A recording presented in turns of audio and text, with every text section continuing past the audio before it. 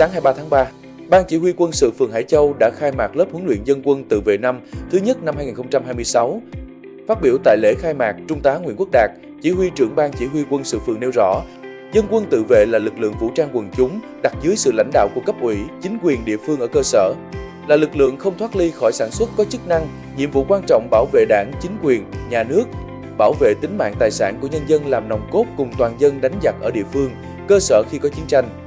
Để lực lượng dân quân tự vệ hoàn thành tốt vai trò, chức năng đó, Ban Chỉ huy quân sự phường đã tích cực, chủ động tham mưu cho Đảng ủy,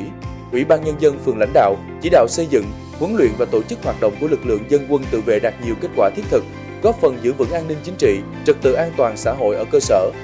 Thông qua huấn luyện sẽ nâng cao nhận thức chính trị, xác định rõ đối tượng, đối tác, âm mưu thủ đoạn của kẻ thù và nâng cao trình độ kỹ, chiến thuật và ý thức rèn luyện, chấp hành kỷ luật của chiến sĩ dân quân tự vệ.